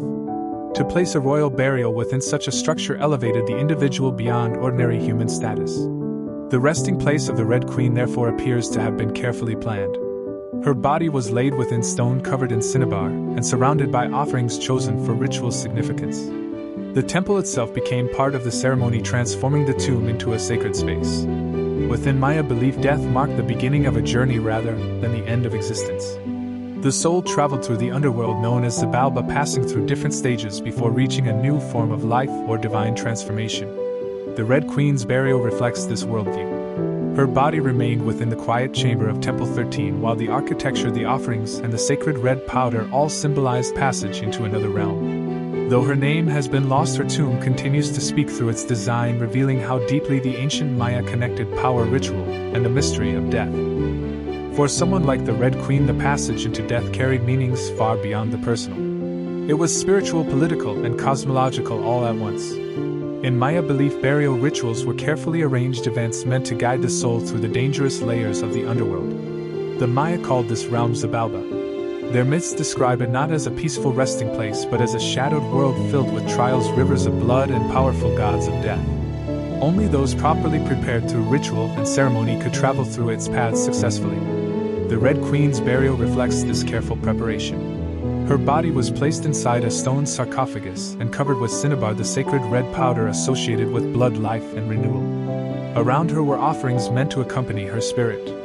The objects within the tomb suggest that her journey into the afterlife was expected to follow the traditions reserved for the highest ranks of society. Among the objects discovered in the tomb were bone needles and obsidian blades. These tools may have symbolized acts of ritual bloodletting known as auto-sacrifice. In Maya religious practice, members of the royal family sometimes offered their own blood during ceremonies as a sacred gift to the gods. The presence of these objects may represent the rites she performed during her life or rituals carried out in her honor at the time of burial. The jade mask placed over her face also held deep spiritual meaning. Constructed from many small pieces of jade, the mask preserved the shape of her features. In Maya belief, the face represented the visible expression of the soul. By preserving it, the burial ritual ensured that the spirit could be recognized by divine beings during its passage through the afterlife. The ceramic vessels placed within the tomb may once have held food or drink meant to sustain the soul during its journey. These offerings might have included maize, water, chocolate, or ceremonial beverages prepared for ritual use. Other objects such as shells or stingray spines could have symbolized sacred instruments used to communicate with the divine world. To the Maya, burial was not simply a farewell. It marked transformation. Their worldview was built upon cycles. Death was often imagined as a seed planted in the earth from which new life would eventually emerge. Burial therefore represented a form of spiritual planting, while the afterlife represented rebirth in another state of existence. Royal figures held a special place within this belief system. Kings and queens were often seen as earthly reflections of divine forces. When they died, their return to the sacred world was treated as a continuation of that role. The Red Queen, placed within a pyramid surrounded by offerings and covered in the color of life itself, was being prepared for that transformation. Just a short distance from her tomb lies another of the most celebrated burial sites in the ancient Maya world. It is the tomb of Kinich Janab Pakal, known as Pakal the Great. His resting place inside the Temple of the Inscriptions is famous for its detailed carvings and elaborate symbolism. The location of the Red Queen's tomb beside this monument is one of the most intriguing aspects of the discovery. Temple 13 stands directly next to the Great Pyramid that contains Pakal's burial chamber. In the carefully planned city of Palenque, such placement was rarely accidental. Maya temples were positioned with attention to cosmic symbolism, dynastic memory, and sacred geography. Because of this, many scholars believe the Red Queen may have been Tiziaquaja, the queen and consort of Pakal. Although her tomb contains no inscriptions identifying her, the parallels between the two burials are striking. Both bodies were covered with cinnabar. Both were placed inside pyramid temples. Both were surrounded by jade and ceremonial offerings. Pakal's sarcophagus lid famously shows a cosmic scene of transformation where the ruler appears within the sacred tree that connects the worlds of heaven, earth, and the underworld. The Red Queen's tomb does not contain such imagery, yet the meaning may lie in the relationship between the two burials. Some scholars interpret the pairing symbolically. In many ancient traditions, rulers were associated with celestial forces. If Pekel represented the sun descending into the underworld before rising again, then the Red Queen may have symbolized the moon following its own path across the sky. Together they could represent balance between masculine and feminine forces within the sacred order of the cosmos. In Maya thought, rulership often depended on such balance. Kings and queens together represented harmony between different powers that sustained the world. By placing the Red Queen beside Pekel, the people of Palenque may have preserved not only a royal marriage but also a cosmic partnership. Their tombs now stand in silence beside one another beneath the jungle canopy. Stone and cinnabar have preserved their presence even after centuries have passed. Although the name of the Red Queen remains uncertain, her tomb continues to speak across time. Hidden for more than 1,300 years, it now offers a rare glimpse into the beliefs, rituals, and power structures of the ancient Maya world. Her burial reveals a woman who held deep significance within her society, even if her identity has faded from written memory. In this way, the Red Queen endures not simply as an archaeological discovery, but as one of the most intriguing figures of the ancient world. Her story remains unfinished. Each new study of the tomb brings historians and archaeologists closer to understanding the life she once lived and the legacy she left behind. We may never know the true name of the Red Queen. No carved glyph records her identity. No monument speaks her story. Yet the care given to her burial reveals a woman of profound importance. The richness of the offerings, the jade placed across her body, the crimson dust that covered her bones. All of these signs suggest that she held real authority within her world. She was not remembered merely as the companion of a king. She was someone whose presence carried spiritual meaning and royal lineage. Today, the Red Queen invites historians to reconsider long-held assumptions about the ancient Maya. Her tomb reminds us that women were not silent figures in that civilization. Royal women performed ceremonies that connected rulers to the gods.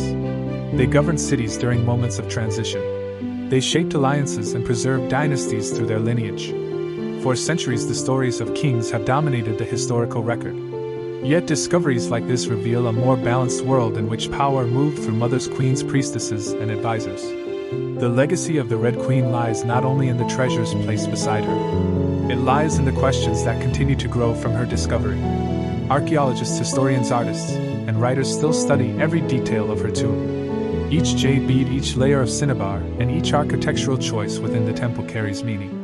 The arrangement of the burial suggests careful intention. It tells us that the woman resting there mattered deeply to the people who placed her within that chamber. Perhaps the most remarkable part of her story is the mystery that remains. History is rarely complete. It is a living puzzle that scholars continue to piece together through fragments of stone, bone, and memory. The Red Queen rests within that puzzle.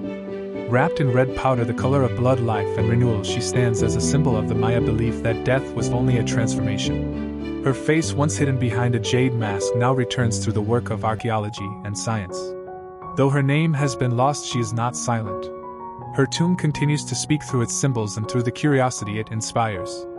In that way, the Red Queen remains present not only in the ruins of Palenque, but also in the imagination of those who seek to understand the past. Her chamber was sealed in stone. Her story was written without words. Yet somehow it continues to be heard. Far from the temples of the ancient Maya, another life would begin centuries later in a very different world. On July 6 in the year 1907, a child was born in the district of Coacán, then a village on the outskirts of Mexico City. Her name was Frida Kahlo. Her childhood home was known as the Casa Azul, the Blue House. Its bright walls and quiet courtyard would become a place deeply connected with her life and art. Frida was the third of 4 daughters born to Guillermo Kahlo, a photographer of German and Hungarian heritage, and Matilda Calderon, whose family roots reached into both Spanish and indigenous Mexican traditions. Her parents were very different in temperament.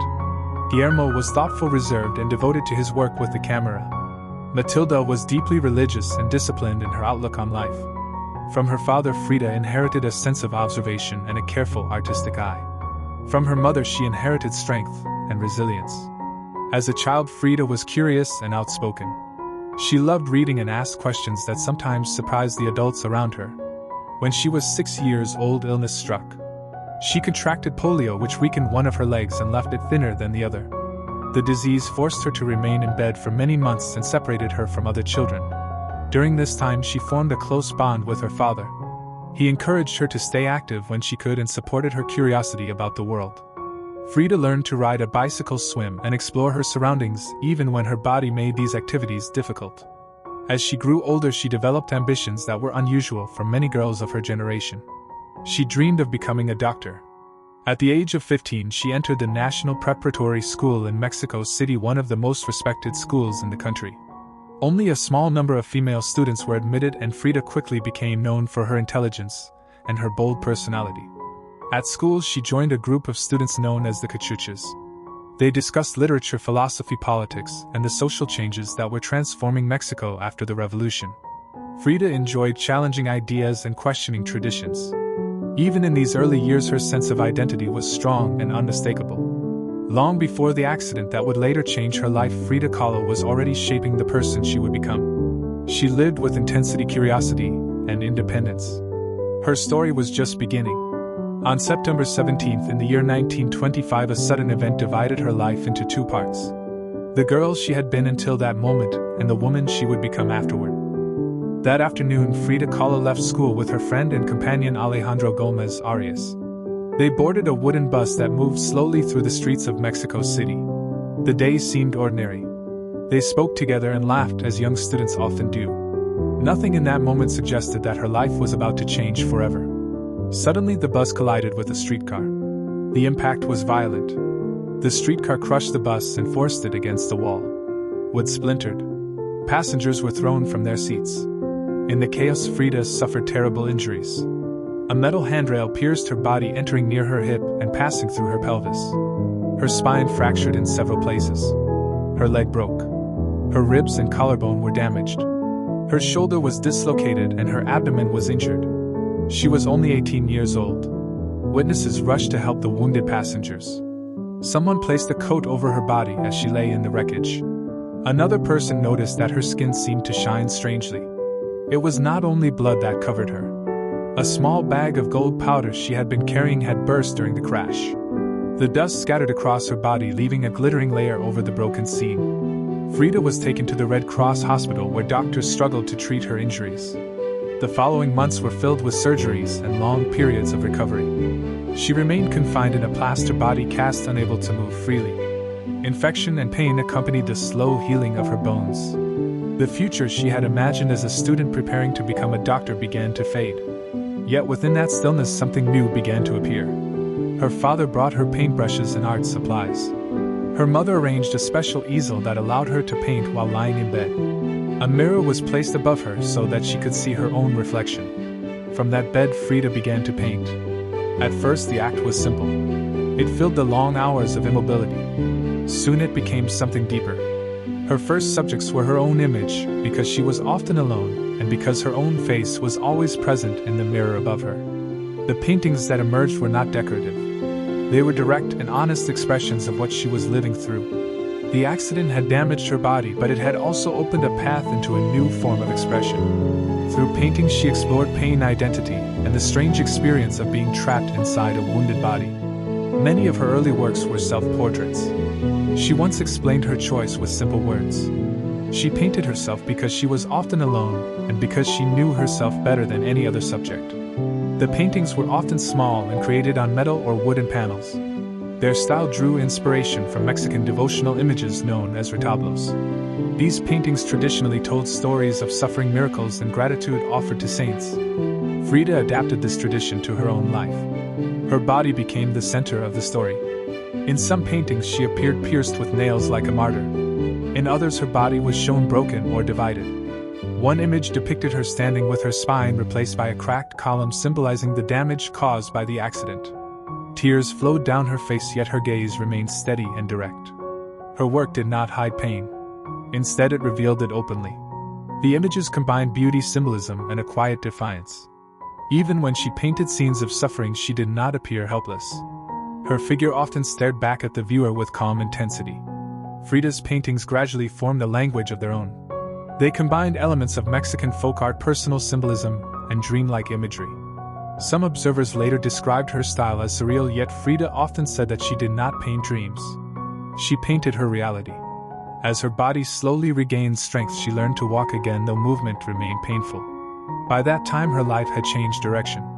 The young woman who had once planned to study medicine now understood that painting would become her path. Through art, she transformed suffering into expression. Her work invited others to look closely at experiences that were often hidden from view. In doing so, she created something both personal and universal. In the year 1928, while she was still recovering and continuing to paint, Frida Kahlo met the artist Diego Rivera. Their meeting would begin a relationship that would shape the next chapter of her life and influence her work in profound ways. Diego Rivera was already a towering figure in the world of art when Frida Kahlo approached him. He was more than 20 years older than she was and widely known across Mexico as the leading painter of the Mexican muralist movement. His murals covered the walls of public buildings with vast scenes of workers, farmers, and revolutionaries. Through these works, he told the story of Mexico and its people. Frida had admired his paintings long before meeting him. Yet admiration alone was not enough for her. She wanted his honest opinion of her own work. One day she visited him while he was painting a mural at the Ministry of Education in Mexico City. Rivera stood high on scaffolding surrounded by brushes, paint, and the unfinished figures of his mural. Frida brought several of her paintings and spoke directly to him. She asked a simple question: did she truly have talent? Rivera studied the paintings carefully. After a moment, he answered with clear certainty: yes, she did. Not as a gesture of kindness, but because he saw something powerful in her work. He recognized a voice that was direct, emotional, and unafraid. Their relationship began soon after. It was intense from the start. Frida later described her life as marked by two great accidents. One was the streetcar collision that had shattered her body. The other, she said, was Diego Rivera. They married in 1929. To many people around them, the couple seemed unusual. Rivera was large, imposing, and already famous. Frida was younger, sharp-witted, and still walking with difficulty because of her injuries. Her parents once described their union as the marriage of an elephant and a dove. Their life together was passionate but rarely peaceful. Rivera admired Frida's paintings and supported her work as an artist. Yet he was also frequently unfaithful. His relationships with other women wounded her deeply. One betrayal in particular caused great pain when he became involved with her sister Cristina. Frida responded in her own way. She formed relationships of her own with both men and women. Some accounts suggest friendships or brief affairs with figures such as Leon Trotsky and the American painter Georgia O'Keeffe. The strain eventually led to divorce in 1939. Yet even that separation did not fully end their bond. The following year they married again. This second marriage followed different terms. Frida kept greater independence, including control of her finances, her home, and her name. Their relationship became less about traditional marriage and more about shared artistic and intellectual life. Despite the conflicts, Rivera remained an important presence in Frida's world. He challenged her ideas, inspired her creativity, and believed strongly in her talent. During the early 1930s, Frida traveled with Rivera while he worked on large mural projects in cities across the United States, including San Francisco, Detroit, and New York. These journeys exposed her to American industrial life and to the wealth and inequalities she saw in those cities. Frida was deeply attached to Mexico and its culture. She supported revolutionary ideas and admired the traditions of indigenous communities. The contrast between American wealth and the suffering caused by the Great Depression troubled her. While Rivera painted enormous murals celebrating labor and industry, Frida continued to create smaller paintings filled with personal meaning. Her style grew more defined during these years. Her works were intimate, symbolic, and deeply emotional. Many of them were self-portraits. Frida once explained that she painted herself because she was often alone and because she knew her own face better than any other subject. Yet these portraits were not simply images of appearance. They explored her physical suffering, her identity, and her sense of place in the world. Her body remained a source of pain because of the injuries from the accident and the many surgeries that followed. A difficult pregnancy in Detroit ended in miscarriage and left a deep, emotional mark on her. One painting from this time, titled Henry Ford Hospital, shows her lying on a hospital bed surrounded by floating images that represent loss and suffering. A small fetus, medical instruments, and other symbolic objects appear connected to her body. The painting expresses grief with unusual honesty. When Frida returned to Mexico later in the decade, she began a new chapter in her life. She was no longer known only as Diego Rivera's wife. Her own work had begun to gain recognition. Her home, the Casa Azul in Coacán, became a center of creativity and political conversation. The house itself reflected her personality. bright blue walls surrounded a garden filled with plants, animals, and ancient sculptures. Inside, she collected pre-Columbian artifacts, folk art, and books on politics and culture. She often wore traditional Tehuana dresses, decorated her hair with flowers, and embraced the visual traditions of Mexico. During this period, her paintings grew even more symbolic. One of her most famous works from these years is The Two Fridas. The painting shows two versions of herself seated together. One figure wears European clothing while the other wears traditional Mexican dress. Their hearts are connected by a visible artery, suggesting a struggle between identity, heritage, and personal emotion. Through such images, Frida Kahlo transformed her own life experiences into art that spoke about pain, culture, love, and resilience. Her work continued to grow in depth and intensity as the years passed. In 1939, Frida Kahlo traveled to Paris, where her work was exhibited among the artists of the European avant-garde. Painters and writers such as Pablo Picasso, André Breton, and Vasily Kandinsky admired the originality of her paintings. Breton in particular believed that her art belonged to the movement known as Surrealism. Yet Frida did not accept that description.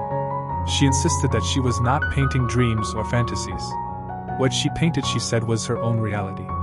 Her work was deeply rooted in Mexico. The symbols within her paintings came from the landscapes, traditions, and history of the country she loved. Skeletons, hummingbirds, thorn necklaces, hearts, maize plants, and flowing blood appeared again and again across her canvases. Through these images, she honored the indigenous heritage of Mexico, while also revealing the suffering and struggle that shaped its past. While her artistic voice grew stronger, her health continued to weaken. The injuries from the bus accident followed her throughout her life. She endured many operations and lived with constant pain. Yet even during long periods in bed, she continued to paint. Her body was often held upright by heavy medical corsets, but her hands still held the brush. During the 1940s, the condition of her spine worsened and infections in her leg became frequent. In total, she underwent more than 30 surgeries across the years. Some recoveries required her to remain immobilized for months. Even during these difficult periods, she continued to create. Her paintings from these years became more intense and direct. One of her most powerful works from this period is The Broken Column. In the painting, her body appears split open, while a cracked stone column replaces her spine. Nails pierce her skin, yet her face remains calm and steady. The image shows both vulnerability and strength. At the same time, Frida became more active in political life. She joined the Mexican Communist Party and supported causes connected to social justice and international revolution. She wrote letters, spoke publicly, and attended demonstrations whenever her health allowed. Even when she could no longer walk easily, she appeared at political gatherings in a wheelchair, holding banners and speaking with determination. Recognition for her art slowly grew. In 1953, she was offered her first solo exhibition in Mexico. Doctors warned her that she was too ill to attend the opening. Frida refused to accept this. On the evening of the exhibition, she arrived by ambulance. She was carried into the gallery on a stretcher and placed in a bed at the center of the room. Surrounded by her paintings, she welcomed visitors with laughter, conversation, and glasses of tequila. Her final works continued to blend suffering with defiance. In one painting titled "Marxism Will Give Health to the Sick," she depicted herself supported by powerful symbolic hands while casting away the instruments that had held her body in pain. Another painting from her final days showed slices of watermelon painted with bright color and life. On the surface of one slice, she wrote the words "Viva la vida," which means long live life. Even near the end of her life, her spirit remained strong. Frida Kahlo died on July 13, 1954 at the age of 47. She passed away in the same house where she had been born, the Casa Azul in Coyoacán. The official cause of death was recorded as a pulmonary embolism. Yet those who knew her understood that years of illness, pain, and surgery had taken a deep toll. Only a few days before her death, she had insisted on attending a political protest against foreign intervention in Guatemala. Though weak and confined to a wheelchair, she joined the demonstration with her fist raised in support of the cause she believed in. Her final diary entry contained a brief reflection. She wrote that she hoped the exit would be joyful and that she hoped never to return. Her funeral took place at the Palacio de Bellas Artes in Mexico City, one of the most important cultural institutions in the country. Her body was covered with the red flag of the Mexican Communist Party, while friends, artists, and supporters gathered to honor her life. Diego Rivera mourned deeply. He later said that she had been the greatest love of his life, even though their relationship had been filled with both devotion and pain. After her death, something remarkable happened. Frida Kahlo did not fade from memory. Instead, her presence in art and culture continued to grow. Her paintings remained vivid expressions of identity, suffering, resilience, and political belief. Over time, her work reached audiences across the world, and her life became a symbol of courage, creativity, and unbroken spirit. After her death, Frida Kahlo's name did not immediately spread across the world. For some time, her work remained known mostly within artistic circles in Mexico and among a small number of collectors and scholars. Her paintings were difficult for critics to classify. They did not fit comfortably within the categories of traditional realism or European surrealism. They were deeply political yet intensely personal. Because of this, many observers struggled to understand where her art belonged. Gradually, her voice began to reach a wider audience. During the 1970s and 1980s, historians, artists, and feminist scholars began rediscovering the work of women whose contributions had long been overlooked. Within this movement, Frida Kahlo's paintings gained renewed attention. Her work spoke about identity, pain, and resilience with unusual honesty. For many people, she became more than an artist. She became a symbol of strength created through struggle. Her life reflected many different identities at once. She expressed pride in Mexican culture and embraced indigenous traditions in her clothing and imagery. She lived openly with physical disability and refused to hide the pain of her injuries. She also loved beyond the limits that society expected at the time. These elements together created a figure who represented independence and self-expression. Over the years, her image itself became widely recognized. The distinctive features of her face, her joined eyebrows, the flowers woven into her hair, and the direct gaze found in her self-portraits became iconic. The house where she lived, the Casa Azul in Coacán, was preserved and eventually opened as a museum dedicated to her life and work. Her personal diaries, letters, and objects offered new insight into the thoughts that shaped her art. During her lifetime, Frida Kahlo had often been described primarily as the wife of Diego Rivera. After her death, that perception slowly changed. Her paintings began to stand on their own, and her voice emerged clearly from the shadows that had once surrounded her. Today, her image appears across the world in many forms. It can be seen in murals, books, exhibitions, clothing, and countless works inspired by her life. Yet the lasting power of her legacy lies not simply in recognition but in the honesty of her work. Frida Kahlo never attempted to present a flawless version of herself. Her paintings show vulnerability, anger, tenderness, and determination all at once. In a world that often values perfection, she chose instead to reveal reality with all its contradictions. Through this honesty, many people across cultures have found connection with her work. For women, she represents independence and creative courage. For members of queer communities, she stands as a figure who lived her identity without apology. For artists living with disability, she demonstrates that physical pain does not silence creativity but can deepen it. Her paintings, once considered strange or intensely personal, are now among the most respected works of 20th century art. Images such as the two Frida's self-portrait with thorn necklace and hummingbird and the broken column continue to speak to viewers who recognize their own struggles within those images. Frida Kahlo lived much of her life on the margins of expectation, yet she transformed those margins into the center of artistic expression. She embraced contradiction and turned personal experience into universal meaning. She did not set out to become a symbol. She simply painted her life with honesty. Through that truth, her voice continues to reach people across generations. When people see her face today, they often see more than an artist. They see courage, color, resilience, and the quiet power of someone who refused to hide who she was. In that sense, Frida Kahlo remains present not only in museums and books but in the imagination of those who continue to discover her story.